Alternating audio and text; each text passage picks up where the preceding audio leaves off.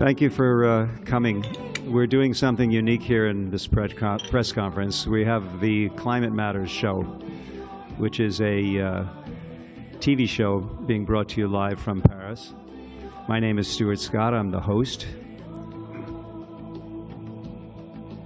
And I have with me today these two distinguished gentlemen who I will introduce to you in a moment. That's my email address. I'll put it up again at the end. So if you have any questions, you can forward them to me later. And our website is Climate Matters TV. And here are some hashtags for you if you're going to be tweeting about what we're doing. Today's guests, Dr. Kevin Anderson, who's Deputy Director of the Tyndall Center for Climate Change Research in the UK, and he's Chair of Energy and Climate Change at the University of Manchester. His credentials are far longer than that. I had to summarize to fit them all on a slide neatly. He is also an advisor to the British government on climate change, which gives him a very significant perspective, an insider's perspective on the relationship between the science and the policy. We'll discuss that today, I hope. And there we go. Dr. Michael Oppenheimer is with us. He's the Director of Science, Technology, and Environmental Policy Program, or STEP, as well as a Professor of Geosciences and International Affairs, all wrapped within Princeton University. Thank you for both of you for joining me. I know you're very busy here. Now, Dr. Oppenheimer also, or may I call you Michael and Kevin today? Sure. Yes, fine. Okay. Call you anything I like, but don't call you late to dinner, yeah? Michael is a major author of the IPCC's fourth assessment report and a coordinating lead author of his fifth assessment report. So he's in there, knows the insides of the IPCC process as well, the Intergovernmental Panel on Climate Change. He's also, interestingly enough, one of the co-founders of CAN, whose press conference, if you've remained, you just heard. So he has done quite a number of things which I think are very creditable. There's CAN's logo, which you're probably very familiar with, and their press conferences, which are very powerful. I observed a very full room, so we know, the journalist community knows that they are the loyal opposition, I call them, at these climate talks. And of course, they do the Fossil of the Day Award, which adds a little bit of levity as well as a little needle, a little thorn in the side, perhaps, of the nations who are, as they say, doing the most to do the least. Okay, so there are our guests. I'm not sure if we'll have time for questions since we're really going for a TV show format, but if we do, if we end the discussion early, we'll entertain questions. If not, we'll entertain them in the hall. Now, a disclaimer, since both of these gentlemen represent esteemed organizations, I want to say that the opinions that they're expressing today are their own and do not necessarily represent the opinions of their organizations. This gives them latitude that they don't have to be quite as politically correct, shall we say. And today's topic, very generally, what lies ahead. Now, to know what lies ahead, we also have to look at what's come before. And I think that will come up quite markedly. First, I wanted to mention that, Michael, you wrote a book in 1990, and there's the cover of the book. And I wanted to ask, have we come anywhere since then? What's happened since then? Well, I think it's interesting in the context of the of COP21 to think about, well, what was going on at the first negotiation, which led up to the signing of the UN Framework Convention in Rio in 1992.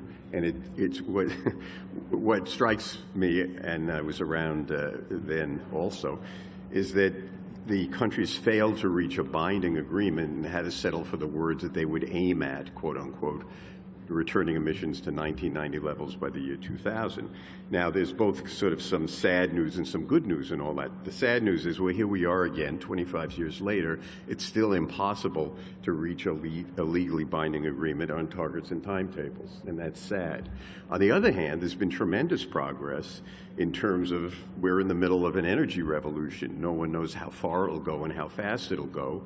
We have a lot of specific not just plans, but projects and regulations and specific ventures aimed at changing our energy use being implemented at the national level in many countries, including my own, the U.S., at the state level, at the city level. There are so many more actors engaged in the whole project. The change is coming from outside of this process. The change is coming outside and from the ground up. And the image that I thought of while you were speaking was the old saying that Nero fiddles while Rome burns, and it seems to me that they're fiddle-faddling around here while the planet is burning up. There is some of that, and eventually, you know, the problem with the bottom-up thing is eventually it has to come all together and reach some plausible objective, which in the context of the negotiation is sort of 2 degrees. That might be not stringent enough. Maybe it has to be 1.5 degrees, whatever.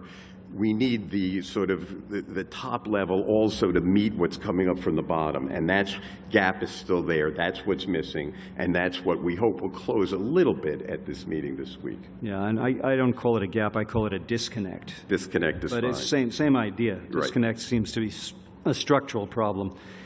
Now, Kevin, I have a quote in 2 parts from you, from a paper that you co-wrote. The authors are at the end. Put bluntly, while the rhetoric of policy is to reduce emissions in line with avoiding dangerous climate change, most policy advice is to accept a high probability of extremely dangerous climate change rather than propose radical and immediate emissions reductions. Can you speak to that? Yes. What we always hear from right throughout the whole IPCC process, and the Copenhagen Accord is a good example, where we aim to take action in line with staying below 2 degrees Celsius. Now, when you say below 2 degrees Celsius, most people think that's a good probability of 2 degrees Celsius being achieved. But then you then look in detail at what the policies look like, and they're all aimed at a much higher chance of exceeding 2 degrees centigrade. So whilst we say one thing on one hand, it is something very different on the other that we are actually doing. And if you look at the UK particularly here, we actually are I think we're still the only country globally that has legally binding carbon budgets. And the carbon budgets we have are for nearly a 70% chance of exceeding 2 degrees C for the UK's contribution. And yet our policymakers repeatedly say that our policies are in line with a good chance of staying below 2 degrees centigrade. You would never take that risk if you got on a plane. That you would expect a good chance of it landing, a very good chance of it landing. You wouldn't say, I will only accept a 30% chance of it landing safely. So if you could come up with a reason why there's, again, this disconnect between the rhetoric, oh, we're doing great, you know, I'd like to say that at the end of the COP, everyone will the heads of state will slap one another on the back and shake hands, and there'll be a photo op. But in fact, what will have been agreed to is not sufficient to really save us. No, I mean, the reason I think we're not moving down the direction of being very direct and candid about the scale of the challenge for 2 degrees centigrade is that if we are direct and use the numbers very clearly, that begs fundamental political, economic questions about the world in which we live today. So we are not prepared to accept those. They are off the table. We have to always consider that the current economic framing of society must not be questioned, and because the maths coming from the carbon budget begs questions about that, we have to have some sort of ruse that allows us to hold these 2 incompatible positions together at the same time. I want to drill down a little bit more on that, the economic part of that, because to me, in my framing of the whole problem, is our economic, I call it an operating system, is defective, and it's forcing us over the cliff. Is there any way that you can see of our breaking through that, of our making the economists, the bankers, the captains of industry, so to speak, see that the end game is self-destruct if we don't? I'm not sure that we're going to be able to convince the economists of that, but we have not always been dominated by economics. It's quite a relatively new phenomenon in many parts of the world. But if you went back 25, 30 years, economics was not dominant on the news every night like it is today. So I think our world has changed, and I don't think necessarily for the better. So I think if we could actually look at the problems that we're facing, but look at them through different lenses, not just one of economics, and actually what I would call it much narrower than that, through simple finance, which is all we use today, then I think there are opportunities for making big changes. It's worth bearing in mind that in the report that came out from Chancellor and Piketty, and another report from Oxfam recently. Now, who are these people? So these are respected academics who produced an academic paper looking at where the emissions come from. And in addition, there's a report that came out during the COP from Oxfam that shows that 50% of global emissions come from 10% of the global population. So what we're talking about here is actually a relatively small proportion of the global population would have to make a very significant change to their lifestyles, but that would not necessarily affect the majority of people on the planet. So it's not that we are all equal distributors or equal emitters of carbon dioxide. There is a huge skewing of the emissions towards a very small group of society. Unfortunately, that particular group of society are people like us. They are the policymakers. They are those with the levers of power, and we would have to move those levers to affect our lifestyles. And I don't think COP has demonstrated any suggestion we are prepared to do that so far. So the wealthy people, the powerful people need to gear down a little bit. They have to go into a slightly lower rate of consumption. I would adjust the adjectives from slightly to very significant. I want to give a little bit of play there. Michael, I want to segue a little bit. Since you are inside of the IPCC process, I have heard and sometimes said that it's policy that's cooked a little bit, and that there is pressure from the outside to keep consensus science to a level that the policymakers' feet won't be held too close to the fire. Am I misspeaking? Is there some element of truth in that? Well, I mean, the first thing you have to realize, IPCC has a very difficult job to do, and I think overall it does a good job. Its objective was to provide a go-to source that all governments would trust in terms of providing what's the latest basic physical science of the climate system, what does that say about impacts and adaptation and prospects for such, and what are appropriate policies. It's in that last set of issues, Working Group 3, that I think that it's been most challenging. And you can see why. This rubs right up against the exigencies of governments. And so there is a question about whether IPCC has fully covered the ground in terms of all the possible alternative pathways to an appropriate future, and, in fact, whether it is being crystal clear about what it takes to get there. I think you have to understand that IPCC's job is to summarize the literature and present what's out there. And so if there's a shortfall, it's not really so much IPCC's problem. It's the fact that the scientific community or the expert community of people who investigate future possibilities has a tough job to do, and they haven't always done it as clearly as possible. There are two specifics I wanted to ask about that, though. I've been told that there's a necessary bias away from the most recent by the rule that for science to get into the consideration, it has to be out for 2 years in a peer-reviewed paper, which means that it's another year or two to get that paper written and reviewed. Right. So we're working with 4-year-old data. If you went to the doctor and he said, I think you have cancer, come back in 6 months, I'll tell you that would be unacceptable. Yeah, I think it's not quite 4 years. Most of the articles are 3 or 4 years old, but you can get an article into the IPCC process that's only been, say, out for a year or so. It can happen. I don't think that that's the fundamental issue. I think the fundamental issue is, as Kevin was saying, in some ways we need a bunch of revolutions here. Mm-hmm. We need an energy revolution, and we need a sort of socio-political revolution. We're going to get to that. And experts are not very good at predicting revolutions. These are things which really do percolate from the ground up. So you can't look to IPCC to say, in 5 years, we're going to be this much better on renewable energy, because a lot of it is unknown. A lot of it has to do with technological development, which is an invention and a bit of a mystery. I like to say, sum up what you just said, shift happens. So very good. Can I add one thing? Yeah, please. That shouldn't relieve our leaders of the responsibility to improve the conditions under which such rapid changes can occur. And that's the key. How can the political system make it easier for new technology, new invention, the complete adoption of existing clean energy technologies happen as quickly as possible? We're not even close to that point yet. No, and just to build on that, the problem at the moment is we are already locking the future into high carbon activities.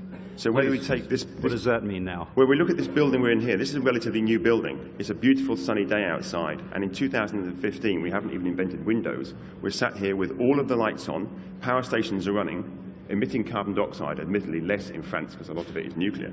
But if we cannot design buildings in this century that are very low energy consumption, in 2015, this building will be used, as will many buildings, for many decades to come. The same when we build new airports. We're building airports around the globe. It is very difficult to see how we can shift aviation to a low carbon future. When we build new power stations, the UK has just got a plan of going ahead for between 20 and 30 new gas-fired power stations. These are very high carbon power stations. And so we are locking the future into many decades of these high carbon activities. So it is not just about accepting the fact that we need a revolution, but it's about ensuring the conditions we put in place today do not stop us having that revolution. And at the moment, we're not even prepared to do that. You know, I think the general case is spot on, but the specific case I don't think is, because I think this building is a teardown. I think it's a temporary building. So just to let our audience know, this huge set of 4 buildings are made out of what we call wafer board in the United States. It's all temporary, smoke and mirrors, but it's a throwaway building. I'd like to take a moment before we go on. I do this every day, a non-commercial break in the middle, give you gentlemen a chance to drink a little bit of water. And in particular, this is a pet project of mine. It's an idea I came up with for a Nobel Prize, a Nobel Peace Prize, for the field of sustainable development. Now, you can't have a Nobel Peace Prize for a field, so there are actual nominees, candidates. This is the web address, and please go to this address, read the proposal, understand what's there. All 3 nominees are integral to the prize, and I have reason to believe, strong reason to believe, that it's a viable prize. And here are the 3 nominees. Now, I won't go into detail today on it, but it's the Club of Rome for bringing out the Limits to Growth report, which kind of kicked off sustainability in the early 70s. For Herman Daly, who's credited as being the founder of ecological economics, an alternative to the current growth economics, which is couched in the assumption that you have to have a human economy that exists within the ecosphere and does not overtake and destroy the ecosphere, which I believe the current growth economics must do.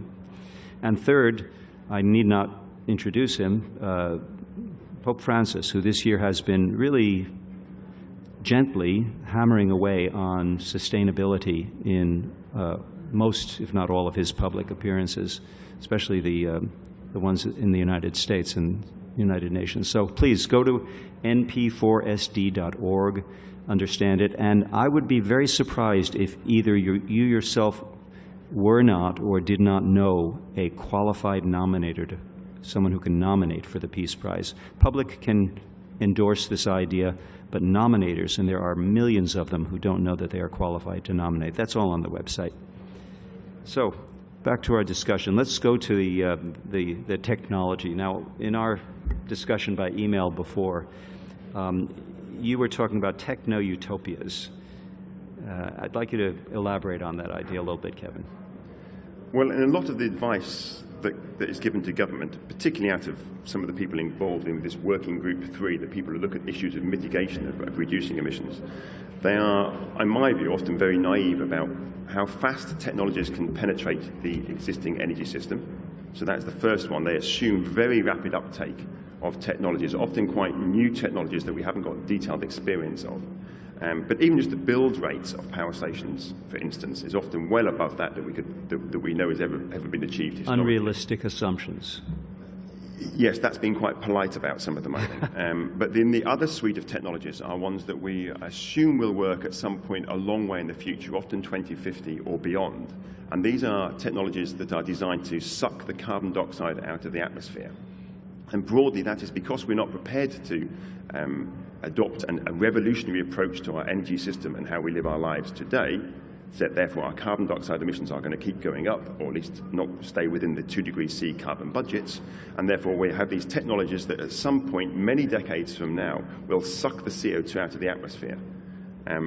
And these are embedded in almost all of the major scenarios, the energy futures that are now advising governments. There are very few that do not include, at very significant levels, these unknown, highly speculative technologies at some point a long way in the future. And we have normalized them now. We don't even discuss them when we talk about what our policy suites are. And I've heard that repeatedly during the side events that I've attended at COP. You ask afterwards, is there any negative emission technologies underpinning your assumptions? Are there any technologies? And almost always they go, oh yes, there are. But there are no reference to that during the presentations. So let me boil that down to terms I can understand. So we're assuming within these negotiations that all will be well based upon the presumption that there will be technologies that have not been invented or tried that will suck huge amounts of carbon out of the air. I mean, it's beam me up, Scotty. It's steroids. It's almost that level. Now, if you sit in a classroom with the door closed and a textbook, you could sketch out what these technologies may look like, and any one part may look like it makes some sense in your laboratory or in your classroom. But then you have to apply that to the real world, and that's where often the problems really come to the fore. We have not tried these technologies in a collective sense anywhere on the globe. They would have to be scaled up to huge, huge levels. So it's all of that put together suggests that these are incredibly dangerous assumptions that underpin all of our scenarios. That's not to say that we shouldn't think about them or do some research on them, but to say that they are just taken as a given in the analysis that we are giving to governments and then governments use for thinking about policies they must put in place. I think that is incredibly misleading. Another way to put it is that rather than put all our eggs in a basket of new technologies that may never be affordable, essentially, we got to have more focus on what we can do in the near term, which will avoid the need to depend on those technologies in the future. Now, we're going to need some new technologies to meet this objective no matter what.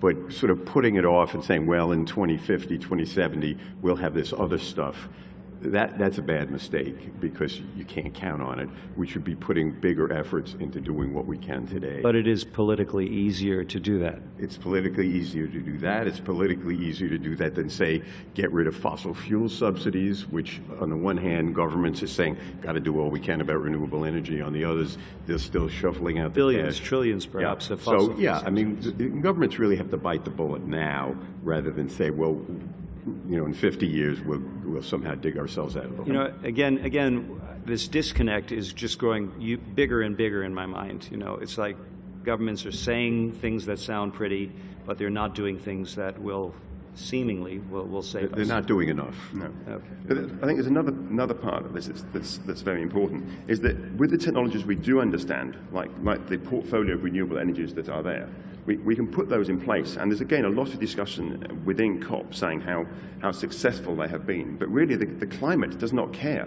about how many renewable power stations you have, how much renewable energy you have. The climate only cares about how much carbon dioxide you're emitting from the fossil fuels you are burning. That's what it cares about. So if we just say we're putting a new renewable energy in place, unless it actually substitutes for fossil fuels, which at the moment it often is not doing, then it doesn't really matter about efficiency, it doesn't matter about fossil fuels, about renewables. They have to be there to substitute and keep the fossil fuels in the ground. Ultimately, that's what matters for climate change. The fossil fuels have to be kept in the ground, and probably 80 to 90% at least of current known reserves needs to be kept in the ground if we are to hold within the 2 degrees C carbon budget. And why is it I'm worrying about my children?